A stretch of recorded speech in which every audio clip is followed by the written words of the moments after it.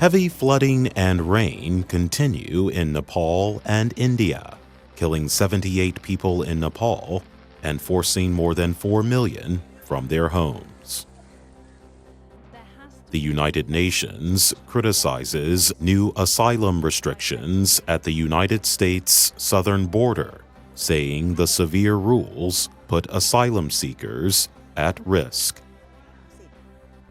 In Thailand, King Maha Vajiralongkorn swears in the cabinet of Prime Minister Prayut Chan-o-cha, a former army chief.